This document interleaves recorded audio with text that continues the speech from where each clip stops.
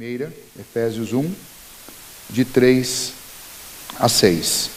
Bendito Deus e Pai de nosso Senhor Jesus Cristo, que nos tem abençoado com toda sorte de bênção espiritual nas regiões celestiais em Cristo, assim como nos escolheu nele antes da fundação do mundo, para sermos santos e irrepreensíveis perante ele, e em amor nos predestinou para ele, para a adoção de filhos, por meio de Jesus Cristo, segundo o beneplácito de sua vontade, para louvor da glória de sua graça, que ele nos concedeu gratuitamente no amado. Um homem velho, já quase cego, sem conseguir perceber muito bem as pessoas que estavam ao seu redor, as reconhecendo apenas pela audição e pelo tato, chamou o seu filho mais velho para receber uma herança. O filho mais novo tramou junto com a mãe algo para enganar o pai e receber esta herança no lugar do irmão mais velho. E como o irmão mais velho era muito peludo, esse irmão mais novo se vestiu com peles de cabras, e quando ele chegou diante do seu pai, ele falou que era Esaú, quando na realidade não era Jacó.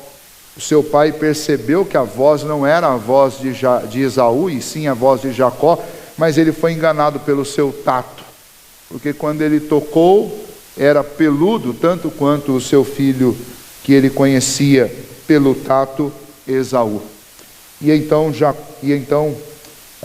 Jacó, o filho mais novo, acabou recebendo a bênção de Isaque, a bênção, a herança que deveria ser do filho mais velho, que deveria ser de Esaú. O que era esta bênção? O que estava em jogo? O que era essa herança? Uma grande fazenda? Uma grande soma em dinheiro? Ouro, prata? Algum tipo de prestígio? Algum título de nobreza? O que era esta herança que Jacó tanto queria? A herança era a bênção de Deus. Esta era a herança. Este era o privilégio. Este era o tesouro que ele tanto queria. E nesta noite eu queria falar um pouquinho sobre isso, e essa história ela é ótima para introduzir o assunto. Eu quero falar sobre a principal razão para nós vivermos. Quero falar sobre uma razão maior do que todas as outras para que você viva. E no mundo onde muitas pessoas estão tirando a própria vida, alegando não terem mais razão para viver, eu quero falar nesta noite sobre a maior razão para nós vivermos. O texto que nós lemos é um texto que traz um cântico, um hino de louvor ao Senhor, composto pelo apóstolo Paulo, ao escrever esta carta, que é intitulada de Carta aos Efésios, porque foi escrita para uma grande e zelosa igreja que existia na cidade de Éfeso. Esta cidade era como a cidade de São Paulo para nós aqui brasileiros. Éfeso era uma cidade, uma grande metrópole, uma cidade avançada, uma cidade de grande prosperidade, uma cidade de comércio, uma cidade de evolução cultural naqueles dias do primeiro século da era cristã. E nesta época, aquela cidade tinha, entre outras coisas, muitas igrejas, muitos templos, muitas religiões. Falava-se muito sobre divindades lá, mas o apóstolo Paulo escreve à igreja cristã que estava lá, e ele explica para esta igreja aquilo que ele sabia sobre Deus, e esta carta é, em resumo, uma carta sobre Deus. O apóstolo Paulo tem como assunto principal falar sobre o Deus verdadeiro e sobre as obras desse Deus, uma vez que aquela cidade é uma cidade de muitos ídolos, e é uma cidade que falava muito sobre deuses, mas não conhecia o Deus verdadeiro. E a igreja que servia ao Deus único e verdadeiro estava sendo também o tempo inteiro atacada por falsas religiões. E não poucas vezes, alguns daqueles que estavam nestas igrejas eram contaminados com heresias e com equívocos, e isso gerava grande trabalho para aqueles que lideravam ali. O apóstolo Paulo, preocupado com isso, escreve uma carta para eles, falando sobre Deus e sobre sua obra. Nesta carta, os 4 primeiros capítulos são teóricos e os 2 últimos capítulos são bem práticos. Eles transformam esta teoria sobre Deus e sobre sua obra em ações que aqueles cristãos deveriam praticar. E aqui logo no início, o apóstolo Paulo, ao falar sobre Deus, antes de começar a pormenorizar a obra de Deus, ele começa exaltando o Senhor. Ele começa falando bem de Deus. O termo que ele usa aí no início do versículo 3 é: bendito o Deus e Pai de nosso Senhor Jesus Cristo. Comumente, quando nós oramos e pedimos para Deus nos abençoar. Poucas vezes nós nos dirigimos para Deus dizendo: bendito seja o Senhor. E o termo, a palavra que está sendo usada é a mesma. A palavra bênção e a palavra bendito, elas têm o mesmo sentido. E que sentido é esse? E isso nos ajuda muito a entender a importância daquilo que Jacó foi buscar de forma errada, obviamente enganando o seu pai, mas aquilo que ele foi buscar diante do seu pai, quando ele quis tanto ser abençoado. Esta palavra que aparece no nosso texto, tanto na forma de bênção, lá no final do versículo 3, quanto no início, se dirigindo a Deus, Paulo chamando Deus de bendito. Esta palavra vem de um termo grego chamado eulogeto. E eulogeto significa literalmente falar bem. E este é o sentido, é o significado literal da palavra bênção. Bênção é falar bem. Quando diz que fulano é abençoado, significa que falam bem dele. Quando diz que alguém é bendito, significa que esta pessoa é alguém de quem nós só temos coisas boas para dizer sobre esta pessoa. O que Jacó foi procurar naquele dia em que ele enganou seu pai para ser abençoado, o que ele foi procurar era o título de um nome limpo, de um nome bom. Lembra que nós já ouvimos algumas vezes, talvez você já tenha estudado sobre isso, ou talvez está ouvindo isso pela primeira vez, mas o nome Jacó tem um significado um tanto quanto pitoresco. É difícil imaginar que uma mãe coloque um nome desse no filho, ou é possível que o nome tenha adquirido significado exatamente pela própria história de Jacó. Mas o nome Jacó significa enganador, aquele que engana, aquele que tenta tomar a frente.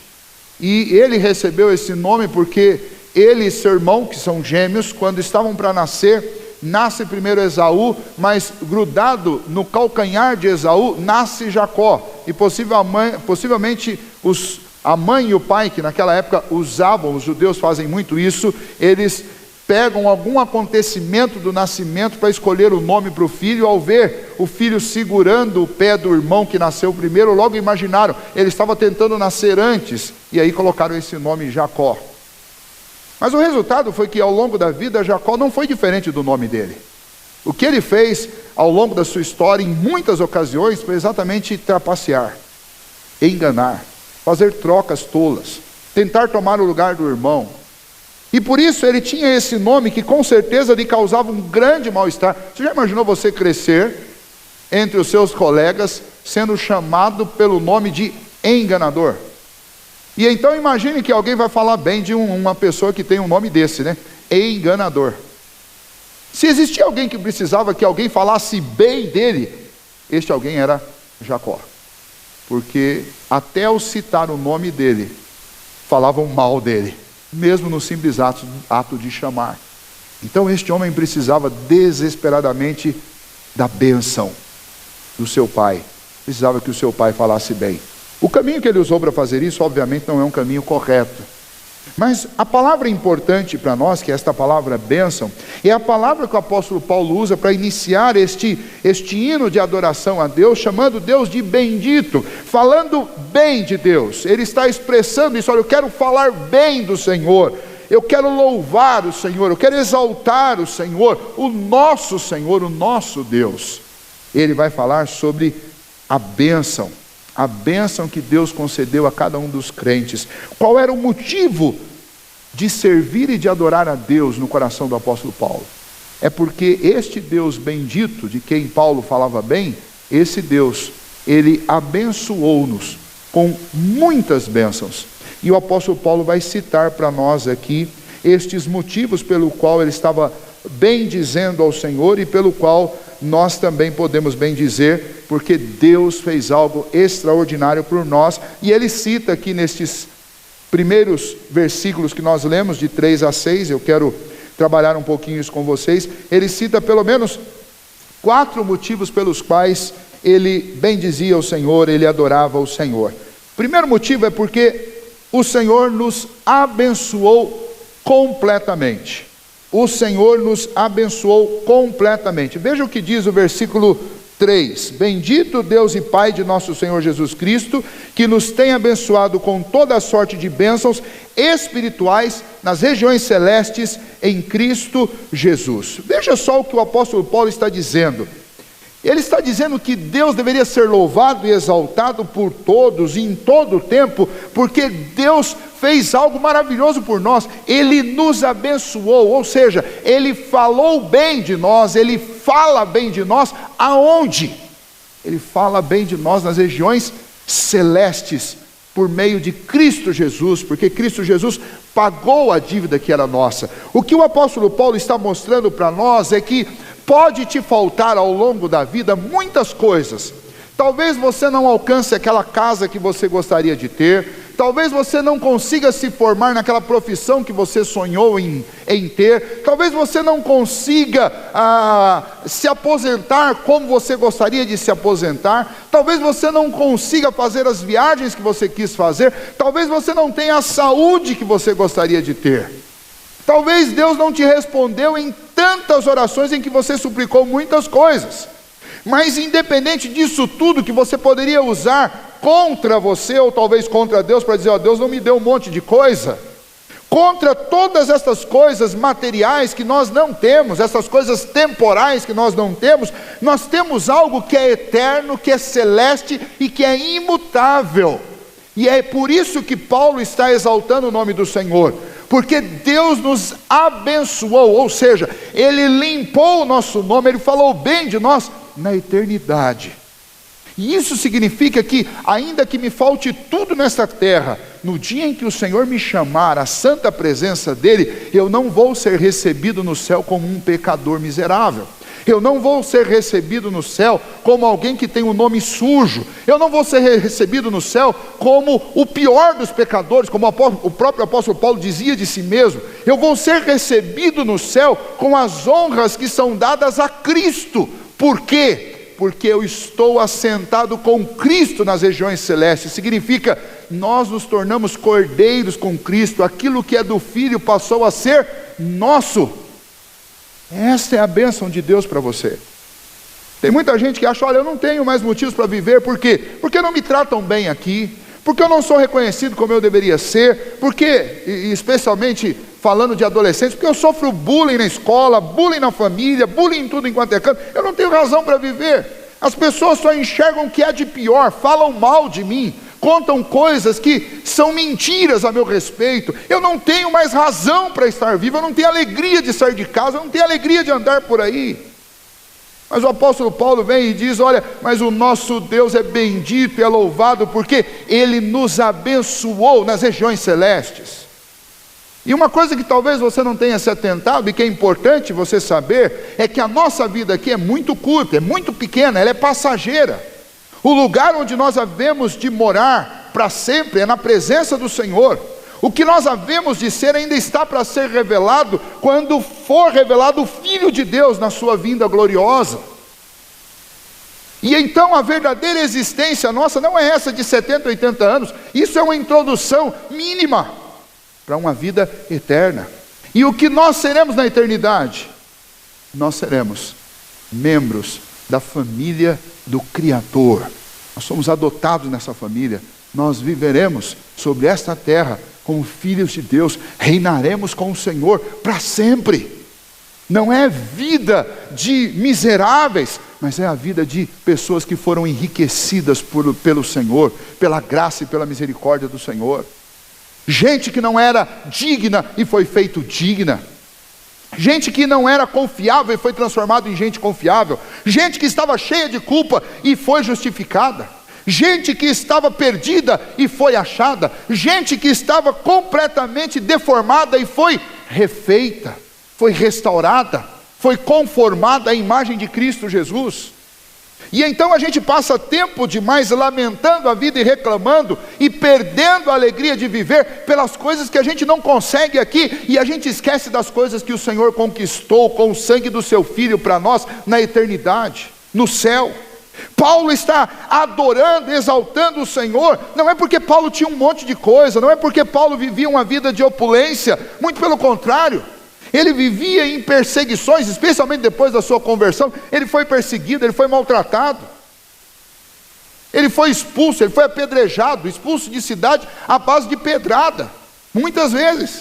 Ele não tinha recurso, ele chegava num lugar para evangelizar, e ele tinha que evangelizar e fazer tendas para vender as tendas e ganhar um dinheiro para continuar evangelizando. Era uma vida difícil, porque alguém podia imaginar, o apóstolo Paulo está escrevendo e adorando a Deus, que a vida dele é fácil. A vida de nenhum desses personagens do Novo Testamento foi fácil. Nenhum deles. Todos eles foram perseguidos. Todos eles souberam o que era padecer. Mas ainda assim eles adoravam a Deus, porque eles tinham muito motivo, muita razão para viver, para adorar e para exaltar o Senhor, porque eles sabiam da riqueza que estava separada para eles. Então nós temos aqui uma lição preciosa para a nossa vida.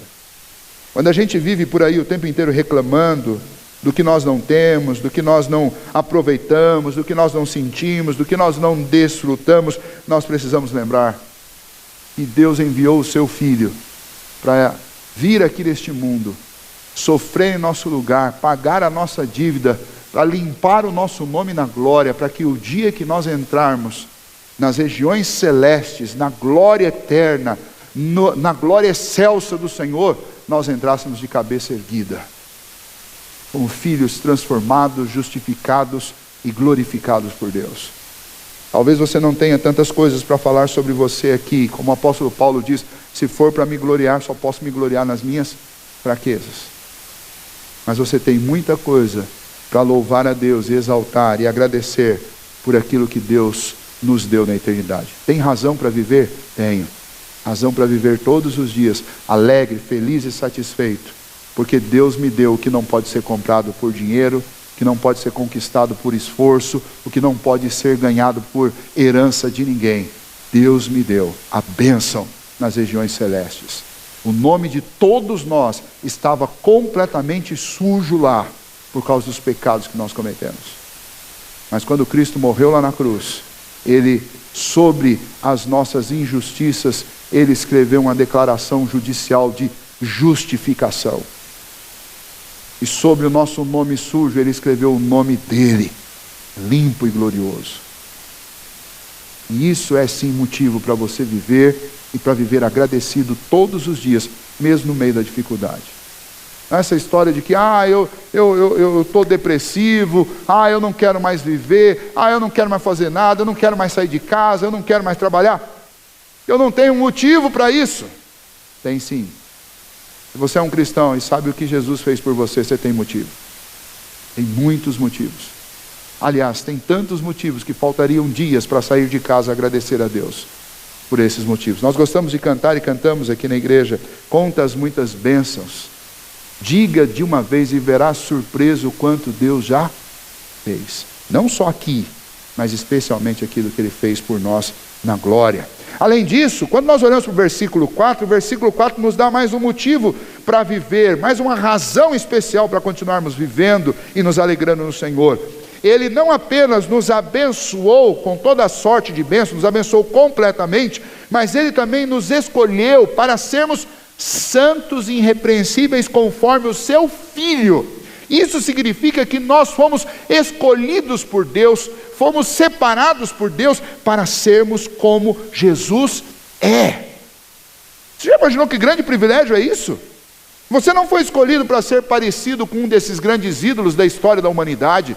Você foi escolhido pelo próprio Deus para ser como o Senhor Jesus foi. Nós não lemos os evangelhos com admiração por tudo aquilo que Jesus disse e fez, Pois é, Deus te escolheu antes da fundação deste mundo para fazer de você uma pessoa semelhante a Jesus. Nós gostamos muito de ler a carta do apóstolo Paulo aos Romanos, capítulo 8, versículo 28, que diz: todas as coisas cooperam para o bem daqueles que amam a Deus, daqueles que foram chamados segundo o seu decreto. Mas a gente não leu o 29. Você lembra o que está escrito no 29? Para sermos iguais, para sermos segundo a imagem de Jesus Cristo. Nos chamou segundo o seu decreto para nos conformar à imagem de Cristo. Significa o quê? Significa que pelo fato de Deus ter olhado para você e Deus ter te escolhido antes de fundar este mundo, Deus vai usar e está usando e ainda usará todas as circunstâncias possíveis e imagináveis que Ele possa criar para tornar você parecido com Jesus. Porque normalmente a gente pega esse texto de Romanos 8, 28 e usa da seguinte maneira: a gente está querendo um monte de coisas boas, e a gente imagina que quando o apóstolo Paulo está fazendo essa declaração enfática, poderosa, que tudo coopera para o meu bem, a gente imagina assim: olha, eu vou passar por um problema, mas lá na frente isso vai se reverter em bênçãos, que nós classificamos como bênçãos materiais, coisas físicas, coisas que nós queremos. É isso? Não, não é isso. O maior bem que Deus opera a nosso favor através de todas as circunstâncias é ao longo da vida ir nos transformando de tal maneira que nós nos tornemos parecidos com Jesus. Então, Romanos 8, 28 não significa que Deus vai usar todas as circunstâncias para deixar você uma pessoa rica, que Deus vai usar todas as circunstâncias para transformar sua família numa família perfeita, que Deus vai usar todas as circunstâncias para que você não tenha nenhuma doença, ou para te deixar mais bonito, mais magro, mais gordo. O texto não está dizendo isso. O que o texto está dizendo é que todas as circunstâncias da nossa vida, da vida de quem foi escolhido e é amado de Deus, todas as circunstâncias são úteis para nos tornar mais parecidos com Jesus, porque foi para isso que o Senhor nos elegeu, para sermos santos e irrepreensíveis perante Ele, conforme o nosso Redentor é, conforme Jesus Cristo é. Deus nos escolheu para isso. E aí a gente pode tirar algumas conclusões interessantes. Porque Jesus tem a vida eterna, nós também temos a vida eterna, porque o Senhor nos escolheu para isso. Porque Jesus é justo, nós também fomos justificados por causa da justiça dele. Porque Ele é o Rei que reina acima de tudo, nós somos colocados como co-herdeiros desse seu reino. Nós vamos reinar também. Porque Ele está sentado à mão direita de Deus Pai, nós temos esta posição celestial de nos assentarmos com Cristo nas regiões celestiais. O apóstolo Paulo vai falar isso lá no capítulo 2. Porque Ele é santo, o santo de Deus, nós também seremos santificados e transformados para que nos tornemos santos e irrepreensíveis como Cristo é. Nós fomos escolhidos para sermos iguais a Cristo. Porque Ele não tem pecado, um dia, graças a Deus, pela sua misericórdia, nós também não teremos mais. É ou não é um grande motivo para que eu viva, e para que eu viva com gratidão ao Senhor, e para que eu viva feliz e contente? Eu fui escolhido, eu não fui preterido, eu não fui esquecido, eu fui escolhido pelo Senhor. E não fui escolhido para qualquer coisa, não. Eu fui escolhido para ser semelhante a Jesus Cristo. E Deus está trabalhando todos os dias para me tornar parecido com Ele. Então, quando bate aquela tempestade terrível sobre a sua vida, lembre-se de uma coisa: é Deus trabalhando para te conformar à imagem de Cristo. Quando você está passando por aquela baita dificuldade, é Deus trabalhando para te transformar à semelhança da imagem de Jesus Cristo. Quando você está enfrentando aquela enfermidade terrível, ou talvez uma grande perda, é Deus trabalhando para te transformar à imagem de Cristo Jesus. Temos ou não temos uma grande razão para viver? O apóstolo Paulo está exaltando o Senhor, porque esse Deus é o Deus que nos abençoou com todas as bênçãos celestiais, porque esse Deus é o Deus que nos escolheu antes da fundação do mundo. Mas além disso, ele fala que Ele nos destinou para a vida, nos destinou para desfrutarmos da sua graça. Veja aí o versículo 6, porque Ele nos presenteou com a sua graça. O que isso significa? Significa que essa salvação, ela não foi fácil. Ela não foi fácil. Em primeiro lugar, porque para nós homens, essa salvação simplesmente era impossível. Porque no sistema que o Senhor mesmo estabeleceu, pecados precisam ser pagos com sangue. E tem que ser sangue puro. E então, quando o Senhor estabeleceu o sistema sacrificial adotado pelos sacerdotes do Antigo Testamento, os animais que tinham que ser trazidos para perdão de pecados anteriormente cometidos, tinham que ser animais limpos e animais puros, sem mancha, sem defeito, não podia ser animal doente.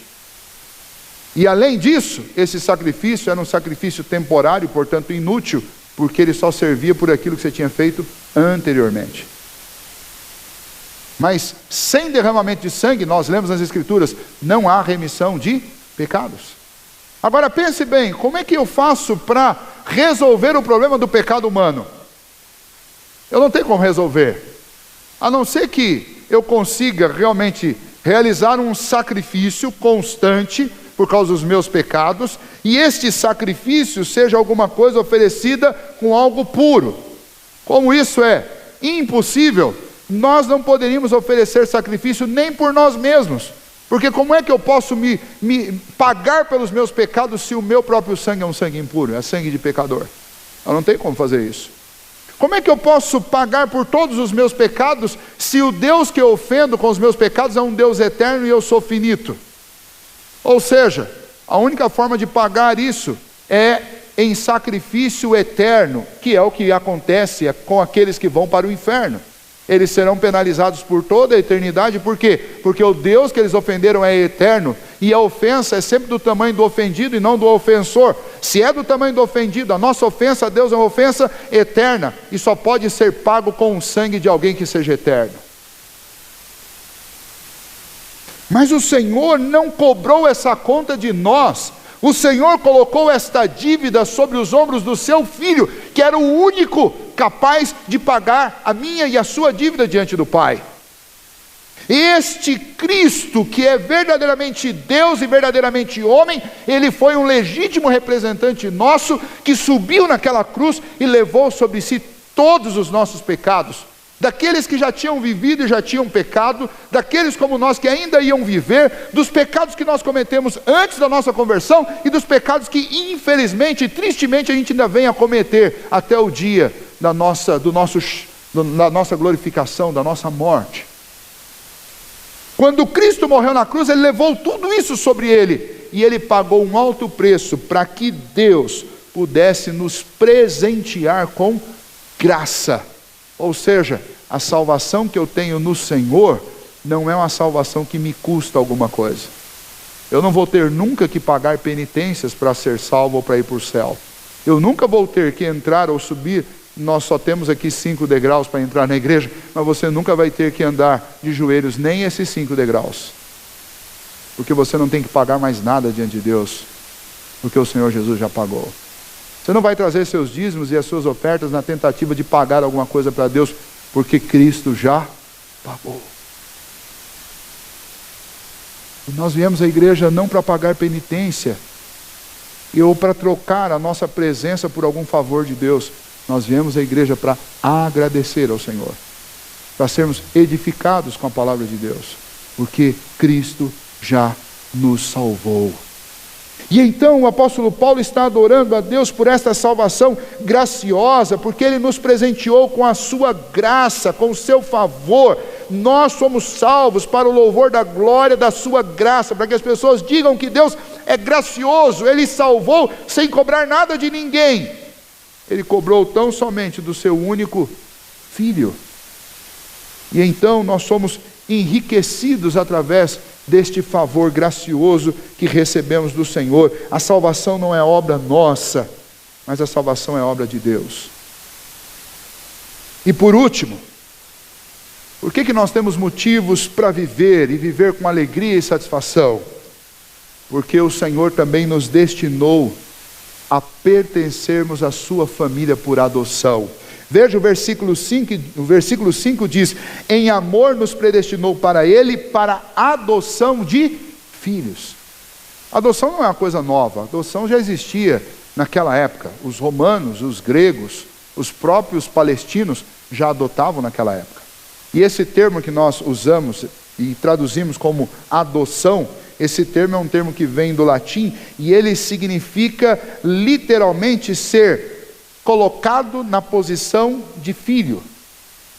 E então o apóstolo Paulo está adorando a Deus porque Deus nos colocou na posição de filho. Ele não só está trabalhando para nos fazer parecidos com o seu filho, mas ele legitimamente está nos trazendo para dentro da sua família de forma adotiva.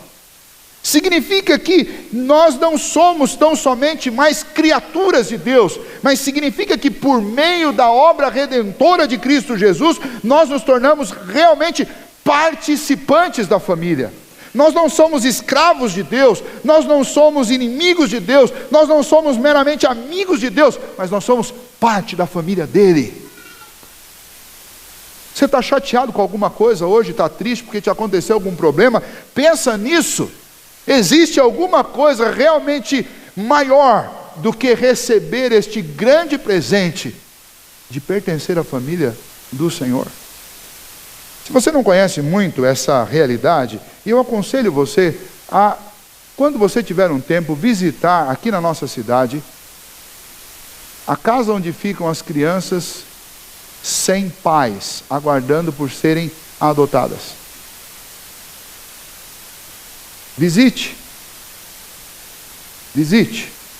Quando você chegar lá, você vai ver muitas crianças, alguns presos naquele que a gente chama de chiqueirinho, aquele bercinho para a criança um pouquinho maior, para não ficar rodando para lá. Eu já fui algumas vezes. E quando você entra num cômodo desse, a primeira coisa que essas crianças fazem é estender o bracinho para você, porque elas querem que alguém pegue, que alguém as coloque na posição de filho. E não é só os bebezinhos, os pequenininhos, não. São os grandes, que almejam, esperam, têm esperança, ficam com os olhos na porta, aguardando o dia que chegue alguém lá e abrace e os coloque na posição de filhos. Você está achando que você tem problema? Nós achamos e reclamamos da vida, achando que nós temos problema, porque nós esquecemos do que é viver no mundo sem um pai. Mas o que Cristo fez ao vir aqui neste mundo nos salvar, foi realmente trazer uma esperança para filhos que estavam sem pai nesse mundo. E a obra do Senhor é tão completa que quando nós lemos lá em Gálatas, o apóstolo Paulo ele vai falar que não só isso, mas o Senhor coloca dentro de nós o próprio Espírito dele, para que o Espírito dele dentro de nós nos convença que somos filhos de fato. Continuando falando um pouquinho sobre essa questão da adoção, uma das coisas mais difíceis para um filho adotivo, numa casa onde existem filhos biológicos, é ele se sentir parte da família. Porque ele chega lá e ele se sente alguma coisa lá, um achegado, um agregado, um hóspede. Mas ele tem muita dificuldade de se enxergar como filho de verdade. E Deus, preocupado com você e comigo, Ele fez o quê? Ele não só nos salvou em Cristo Jesus, nos predestinou para ser parecidos com Ele, nos abençoou com a sua graça, mas ao nos adotar, Ele enviou o Espírito dEle para dentro do nosso coração, e esse Espírito nos ajuda a chamar Deus de Paizinho.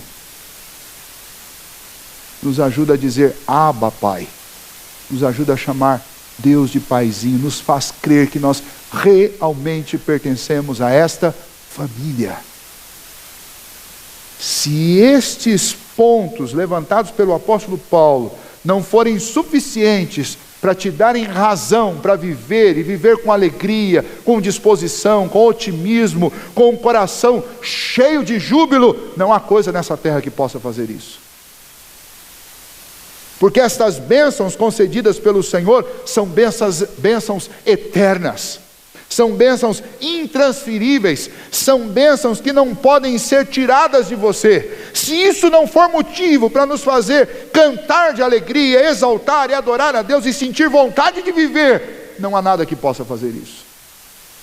E então a minha palavra a você é que se você entrou aqui nesta noite, ou se você está assistindo esse vídeo, sem nenhuma motivação mais para viver, sem esperança, sem alegria, completamente decepcionado com tudo e com todos, desacreditado na vida, eu quero dizer para você, Deus tem trabalhado por você antes da fundação do mundo. Deus já deu todos os motivos que você precisava para viver, porque Deus nos abençoou de forma completa, porque Deus nos predestinou para sermos semelhantes ao seu Filho, porque Deus nos adotou na sua família, porque Deus derramou sobre mim e sobre você a sua graça. Você não tem que pagar por essa dívida, mas ela já foi paga por Cristo. E então o convite desta palavra é para que você repense essas coisas. É para que no lugar do desespero, da angústia e da falta de esperança, você coloque a alegria, esta mesma alegria que estava no coração do apóstolo Paulo. Levante a sua cabeça e siga em diante. Levante a sua cabeça. Olhe para o céu. Contemple pela fé as coisas que Deus já fez por você. Porque Deus nos enriqueceu e Deus nos deu grande valor para a vida. Quero terminar com uma história antiga que aconteceu, não vou saber o lugar exato porque já pesquisei e não encontrei, mas a título de história é bem ilustrativo para nós. Depois você pode continuar a pesquisa lá. Mas conta-se que numa pequena aldeia lá na região do Marrocos, havia uma tradição que quando um jovem se apaixonava por uma moça, ele tinha que pagar o dote do casamento, e o dote era cobrado em vacas, né? E normalmente as moças, elas custavam em termos de dote, quando a moça era simpática, 3 vacas. E quando a moça era exuberantemente bonita, a mais linda de todas, ela podia chegar à estratosférica marca de 5 vacas. Mas a maioria das moças acabavam recebendo 1 ou 2 vacas mesmo de dote de casamento. Diz que tinha um rapaz lá que era um excelente negociador. O nome dele era Johnny Lingo. E Johnny Lingo, ele se apaixonou por uma jovem chamada Sarita. E os amigos de Johnny Lingo começaram a apostar entre eles. Johnny Lingo não tem como dar meia vaca, ele vai dar uma vaca só. Vocês imaginem por que eles estavam falando isso. Por 2 motivos. Primeiro, que Johnny Lingo era um excelente negociador. E segundo, que Sarita era muito simpática. E então todo mundo apostava que no máximo ia sair 1 vaca de dote. Um belo dia, Johnny Lingo foi à casa da Sarita falar com o pai dela e negociar o dote. Os amigos ficaram de fora, esperando para ver o que seria. Algum tempo depois, quando Johnny Lingo saiu de lá, as pessoas perguntaram quanto ele tinha pago, e o pai de Sarita, orgulhoso, disse: eu recebi 8 vacas pela minha Sarita. 8 vacas? Impressionante, inimaginável, ninguém pensava algo assim.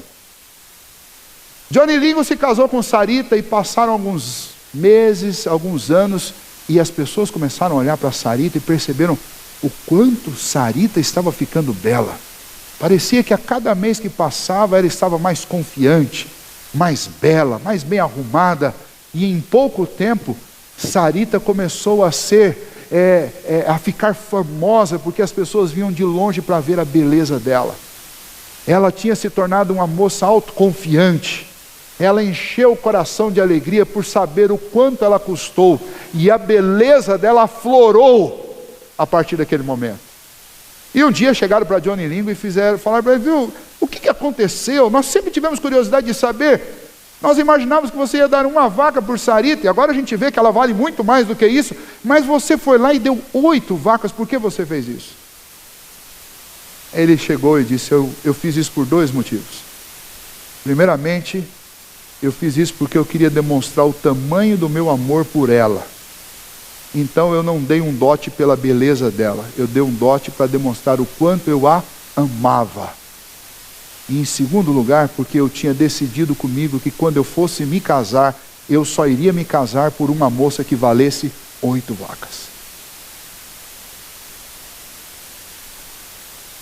Moral da história: Sarita se tornou bela porque ela descobriu, através do gesto de amor de Johnny Lingo, o quanto ela realmente valia.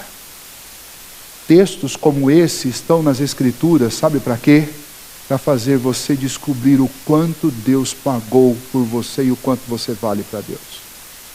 Às vezes a nossa vida fica feia e fica triste, porque a gente esquece qual é o valor da nossa vida. E textos assim servem para nos lembrar o quanto Deus pagou por nós.